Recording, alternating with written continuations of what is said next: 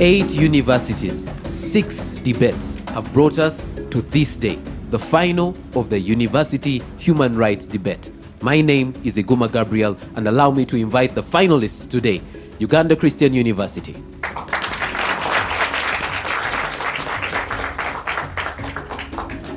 and they will verse Gulu University.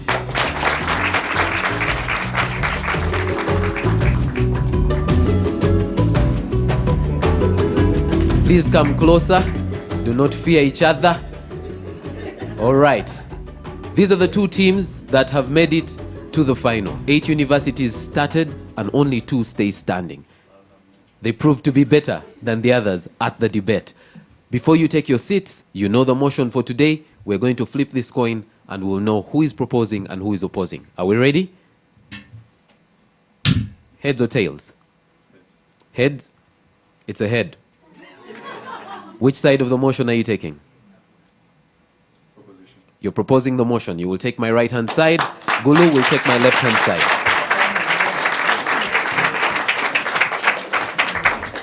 Our dear viewer would like to thank you for walking with us from the first debate. We are now at the final. These debates are in preparation for celebrating the International Human Rights Day. The International Human Rights Day is celebrated every 10th of December, and we are coming very close to that. We have judges that will judge in today's debate. They have judged from the first debate, and this is the final. The judges will tell the two teams what they are looking for in this final debate. Judges? Thank you, moderator. Welcome, final teams. You should both be proud of yourselves for getting this far. Today, we're going to be looking for your ability to follow the set guidelines, articulateness, expression, tone, eye contact, body language, expressions, facial expressions. We need clear, well-articulated ideas. We need sophisticated arguments, persuasive arguments. Please address the topic comprehensively. Try to address vulnerable groups. Try to include current issues. Use ample data, laws, facts, and illustrative examples. Try to offer insights or recommendations. You should engage the audience and give persuasive responses to the questions that are presented to you. And time your presentations very well in order to fit within the time you're allocated. And speak in a measured tone with the appropriate pace of speech and pauses. I wish you happy debating. All right. The ground rules have been set in the presence of both teams, so we are all on equal footing. I'd like to ask the judges to introduce themselves. I am Sandra Mwesigye. Deborah Uyela. Eli Kasirie. All right, thank you very much, our judges. And now let's have the teams that are going to face off introducing themselves. I'll start with the proposing team, extreme right. I'm Eunice Arua Kidi, UCU. Samoga Patrick, UCU. All right, and then we'll go to the opposing team, my extreme left. Oyat Mugerwa Habat, Gulu University. Lake Gender Fancy, Gulu University. All right.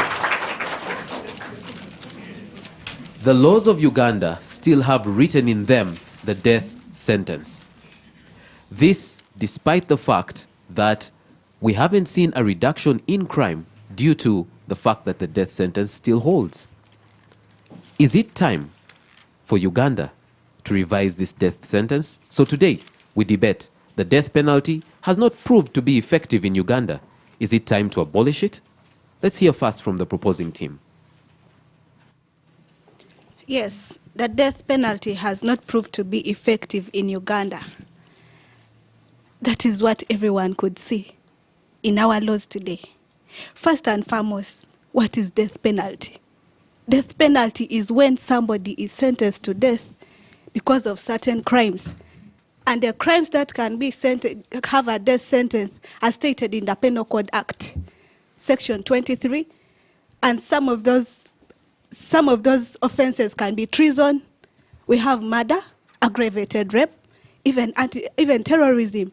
That is in the Anti-Terrorism Act. Today, Our constitution states that everyone has a right to life. Yes. And that mainly comes back to my point.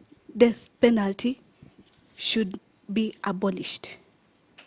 And on my first point, why I say it should be abolished, there's a point of resentencing the criminals. The case of Chigula versus Attorney General, it was passed in 2011. The judgment was brought back for hearing, and after it has been sentenced to 22 years of imprisonment, up to 2022, sorry. So that really does not show that death sentencing is effective. By the time they take a hearing and they bring it back again, that is also wasting court's time. So it is not really effective, and abolishing it is the only thing that can be done. And also, when you look at other states that are abolishing it, there are other states that are so superior than Uganda. If they are abolishing it, why can't we see other examples from it? Then also the Trial and Indictment Act, it states that pregnant women should not be sentenced to death, and that is section 100(03). Women are not supposed to be sentenced to death. Why don't you just penalize it, that it should not be there? Than you having it, yet it is not working. Why should the law be there? The law has to come to work, not to be there for decoration. That is what I can say. So I believe death penalty should be abolished. And I'd love to conclude with this, that the UN Convention is also against it. And that has led to the enactment of the second protocol against the civil rights, and also the torture on people.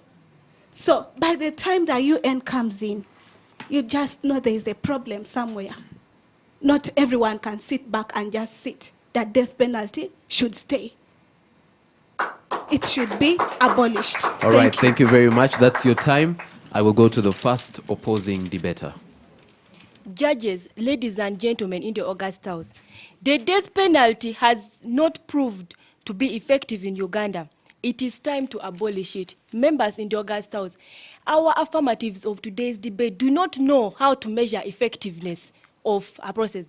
The fact that other states have abolished it, and the fact that pregnant women are not sentenced to death does not mean that death sentence is not effective. Let us look at from the perspective of high rates of crimes in this country, members in the August House.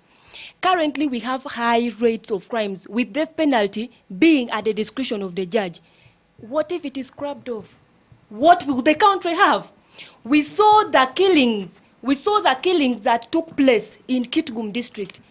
General Kale Kaihura had to stay in Kitgum district for 3 weeks because of the Iron Men in Kitgum. We saw the aftermath of the elections. The aftermath of the election in Bundibuju, what happened? All those killings took place with the presence of death penalty. What if it is scrapped off? Wouldn't each and every individual in this country kill? Members in the August House. This brings me to my next point, having crushed that. Other forms of punishment for capital offenses that exist in Uganda are not just enough to quench the thirst of the people who have lost lives. Let us take, for example, the recent death of Akena Kenneth from Pade, who was shot. The world looks at one individual who has died, but his family has lost a lot. Would you only take that person to prison and later on rehabilitate such a killer? Members in the August House, let us look at punishment should be proportional to crimes committed by the perpetrators. Members in the August House,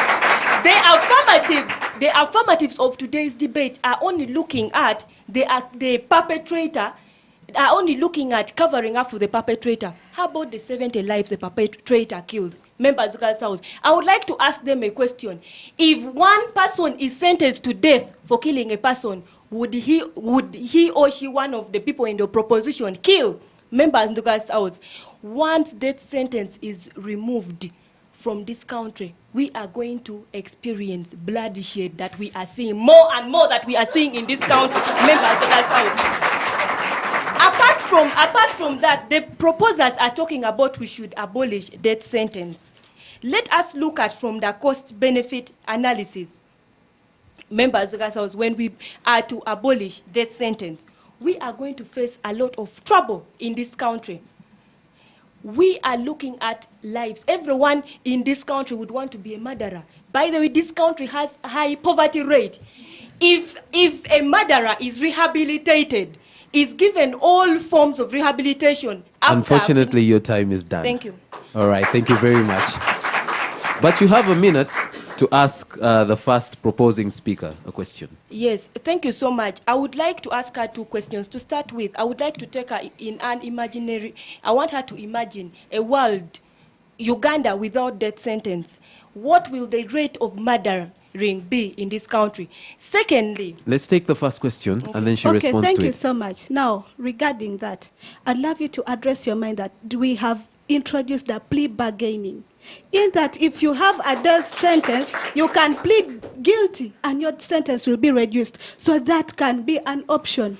don't you think that the plea bargaining is going, if it is solely we are to rely on it, will increase the rate of this capital offenses like murder, rape? We are looking at aggravated defilement of a child, and you give HIV and AIDS, defilement of a child with disability. Don't you think it's going to increase such crimes?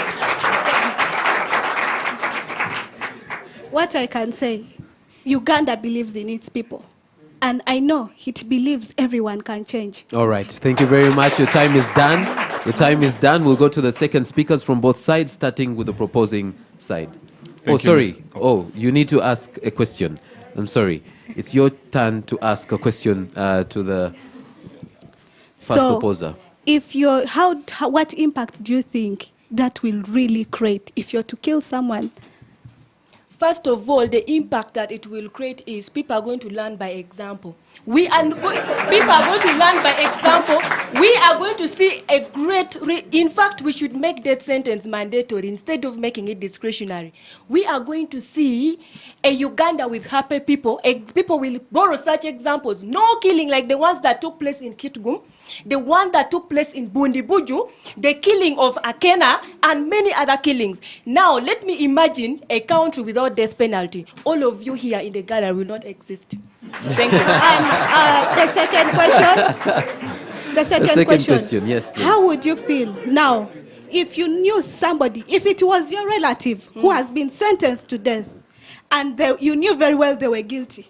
Would you support it? I would be very happy if such a person is hanged If when you I'm knew there. they were All right, guilty, they we're were done with innocent, this. We're done with this round of No, innocent people are questioning. not sentenced to death. Time is done. We'll go to the second proposing debater. Thank you very much, Mr. Moderator. I love where the debate is going. However, I want us to take an imaginary journey, just like she said. If I kill someone today, and then I'm killed the next day, we lose 2 people. However, if someone kills and they're rehabilitated, we lose 1. If we kill both of them, we put both families at heartache. If only 1 dies, at least the other family could rehabilitate. Let's take an example. What happened in Rwanda in 1994 was the worst case of inhumanity that could be in East Africa. However, the Gacaca courts got people to reconcile with one another. What do we gain? What do we gain if I kill your brother and you kill me? So that our families actually stay at loggerheads. What do we gain? We want to be one. We are Africans. Ubuntuism, ladies and gentlemen, standing together, one coherence force. That's what we're talking about. Ladies and gentlemen, we are part and we do recognize the ICCPR, International Convention on Civil. Civil and yes, thank you. And then the protocol as well. We do assign to the ICCPR, though not to the protocol yet. Now the ICCPR, for one, is against the death penalty. Why don't we remove the death penalty? Other than continuing to endorse an illegality. I mean, if we have assented to this law, we have ratified it, then why not remove the death penalty? Other than standing in the dark and proving to be insolent amongst other states. We do put our nation at risk, by the way. Why assent to a law you cannot implement? Moving on, Burundi is part of the East African community. Now, having gotten the opportunity to be sensitized, and having gotten the opportunity to be one of the EAC Youth Ambassadors to the East African community, I do know what we look forward to is an East African integration. Now, Burundi, last year, did away with the death penalty for all crimes. We want an integration. We want a political federation. Why not have the same laws? Let's do away with the death penalty and save lives. Ladies and gentlemen, the death penalty is not only cruel, but inhuman as well. The act itself of the lethal injection, the act of hanging someone, choking them to their death is inhuman. But let's take a step back. The process of you staying on death penalty for 14 years, not knowing when they're going to come and snatch your life away, is inhumane. It's torture to you and your family. Is this what you want for your brother, your sister, your mother? Is this what we want for our people? Is that what we call Ubuntuism? Is that what we want for Africa? Ladies and gentlemen, this year alone, in 2015, there are 222 people on death penalty. So 13 of these were actually women. No, these are mothers. What happens to their children out there? How would any of you feel if your mother was on death penalty for 14 years? You don't know when you will become an orphan. You don't know when you will cease to have the opportunity to go to prison and ask your mother, perhaps, Mom, I'm getting married the next day. It does help if someone can actually go to a prison and talk to their parents, irrespective of them being on life imprisonment. All right, your time is up. Second opposing debater, your time starts now. Thank you so much, ladies and gentlemen. We are here imagining, ladies and gentlemen, we are here thinking of how we can kill an individual after killing 70 people. You can imagine how that person must have killed the 70 people. And we are here saying that we should not kill them, we should put them in prison, the government should spend money on issues related to health to that person who has killed 70 Ugandans. The government should spend money on education of that person who has killed 70 Ugandans. The government should spend whatever is necessary for that person to achieve social. Ladies and gentlemen, these are the issues we are talking about today. Members of the government, or members of the Proposing side, yes. They are coming here giving us examples of Rwanda. They are talking about genocide. We are looking about the Penal Code Act, ladies and gentlemen, of Uganda, which does not talk about genocide in terms of, which does not talk about genocide in Rwanda, ladies and gentlemen. These are the matters we are talking about. Allow me to further now move on and talk about the availability of modern trial mechanism, which leaves no room for error. Ladies and gentlemen, this is a very interesting issue. We are in a modern world. Being in a modern world, there is no way that we can have error. Imagine a man who has impregnated a girl of 12 years, ladies and gentlemen. We should leave him. After when he has given HIV/AIDS, we leave that one. Ladies and gentlemen, we all in prison. This girl is going to stay with HIV/AIDS for the rest of her stay. Ladies and gentlemen, that's why we are saying that with these modern equipments that we have, we can be able to test for DNA. We can be able to have CCTV cameras. We shall be able to have fingerprints detection machines, ladies and gentlemen. In this way, we can easily determine who should go for this death penalty. And therefore, we need to advocate for this, ladies and gentlemen. Allow me to move to the next point and look at how other forms of capital punishments in Uganda are not justice enough. They are unjust in actual sense. Ladies and gentlemen, we have been given the example of Akena. Akena has been functioning in northern Uganda. Kenneth Akena has been a CDO, Community Development Officer. Ladies and gentlemen, he has been transforming very many lives of Ugandans in northern Uganda, imagining that the northern Uganda people have suffered for over 20 years, and this is the time that they need to recover. An officer has been killed today by a person who is known the state icon. And we are saying that we should leave that, ladies and gentlemen. How will the people of northern Uganda think about this state icon? Which kind of peace will we be having in Uganda, ladies and gentlemen? If we shall not have peace, can we justify to this person who has shoot Akena so that we can have justice in the country prevail, ladies and gentlemen? All right, your time is up. Your time is up.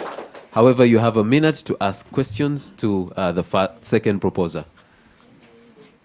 Yes, I want to ask them a question. That once we take a person to prison, are we aware that we shall be increasing on the government expenditure? Right. Thank you very much. We are aware. But what do we lose if someone goes on life sentence and stays there for 14 years, and then another person goes to prison for death sentence, and then stays there for 14 years? Don't we spend the same amount of money? Have we actually asked ourselves how much it costs us to kill someone? Because the last time I checked, the two are quite similar, by the way. Because this actually stay on death row for more than 14 years, waiting to die. We are feeding them. They actually do get special privileges compared to other prisoners, which means they are even more expensive to maintain in the prison cells. All right. You have a chance to ask a second question. Let him ask me. Okay. I wanted to add on something. It's time for questioning, so please. Okay. Yes, now mine is quite simple. Yes. We do agree Northern Uganda lost someone.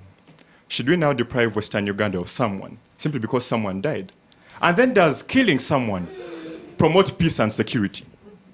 Since when does killing another person promote peace and security? Okay, that question is triple-barreled. There are Thank three you so in much. one. He's looking at Akena, who has been transforming the lives of people of Bade, and is comparing with the state Ikonde. Ladies and gentlemen, we are on television.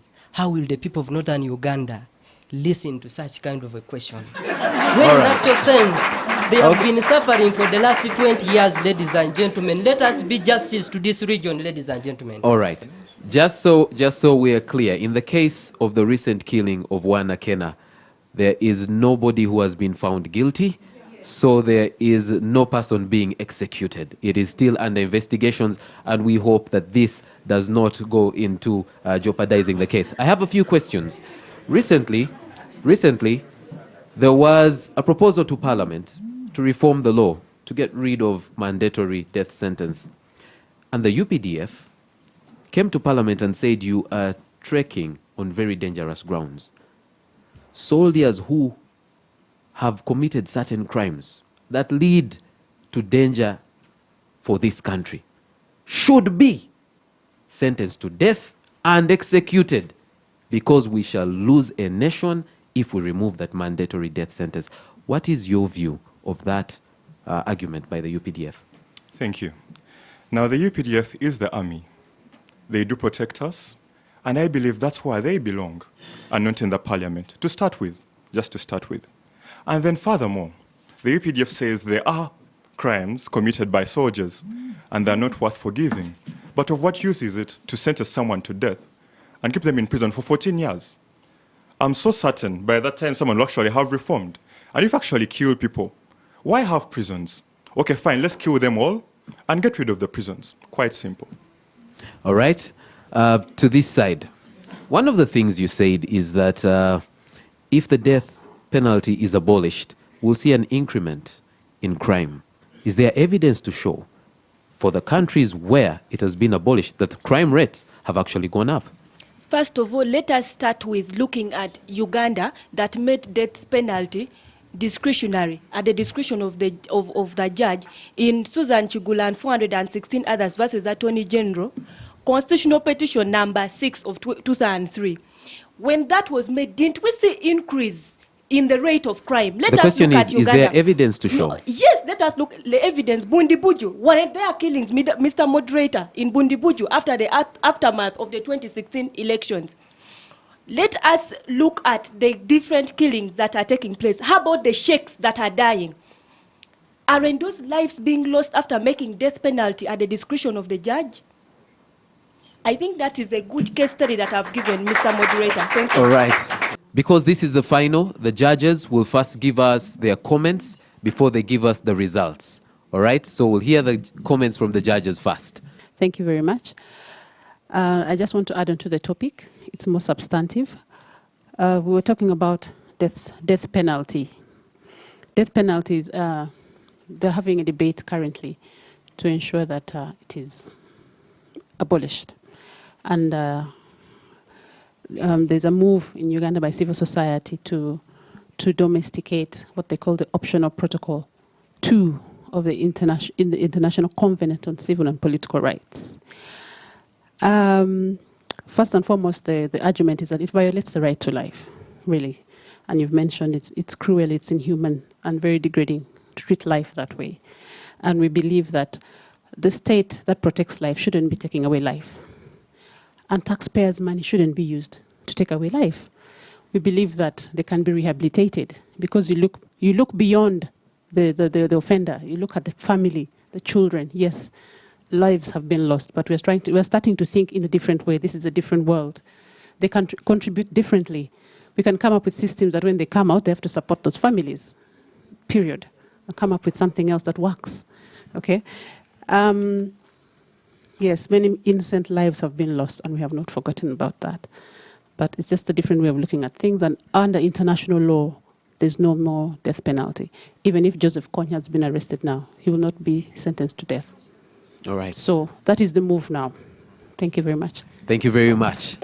Judges, can Thank we you. hear the results Thank you. now? Thank you so much. The comments you had don't in one way influence our judgment. It was just to add our quality and also to add our information on what everyone out there needs to hear. Everyone debated very well, and we appreciate the time you put in. We realized that actually you made thorough research and you were ready, and that's what it means to get the finals. I congratulate you, but at the end of that day, we have to find a winner. And the winner for today, the winner for these finals today is UCU University. Thank you very much, our judges. Thank you, our judges, for doing the noble job of adjudicating over these debates. Would like to thank all the participants who have made it, who have been a part of this debate right from the beginning. The judges still have something to say. We're going to come to you. Okay. Yes. Thank you, moderator. So obviously, the first runner-up is Gulu University. The second runner-up was Chambogo University. The best male debater was Ayebare Daton Joseph from Chambogo University. And the second runner-up male best debater was, the first runner-up best male debater was Patrick Semogere from Mukono University. The best female debater was Gender Fancy Laker from Gulu University. And the best female debater was Doreen Ikiriza from Mbara University of Science and Technology. Right. Would like to thank our judges for executing their duty with due diligence. Would like to thank every university that has participated in this debate. Would like to thank those that made it to the final, and of course the winners as well. But you, our viewer at home, thank you very much for watching this debate. This debate was brought to you with support from the UN Office of the High Commissioner in charge of Human Rights. My name is Iguma Gabriel. Protect somebody's rights this year. God bless you.